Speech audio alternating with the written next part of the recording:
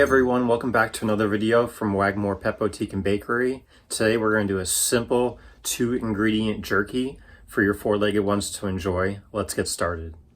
For today's dog treats, here's a list of items you'll need. A large mixing bowl, a jerky gun with your choice of tip, gloves, ground chicken, and carrot puree.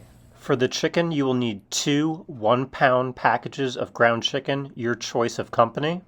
Next, your second ingredient, the carrot puree. You'll need just 1 packet out of the 2, and you'll mix in with the 2 1-pound packages of your ground chicken and mix well with your gloves. Now that my jerky's all mixed, I'm going to pick out my tip for the jerky gun. I'm going to go with a rounded tip. I find it easiest to apply onto the cooking trays once all the ground chicken and carrot mix is in the jerky gun. Now that my jerky mix is all filled, I'm going to close up the other end of the jerky gun and apply to the trays. With your 2 pounds of the ground chicken and carrot puree mix, you'll probably get about 1.5 to 2 trays filled. You'll notice I filled mine with all 10. I actually did 8 packets, which is 8 pounds of ground chicken mixed with the 4 packets of carrot puree in my machine.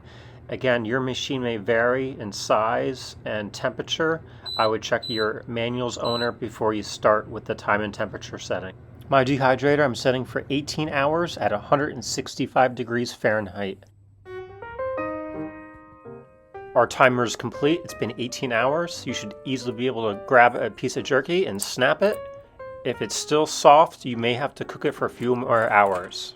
But most importantly, the final test.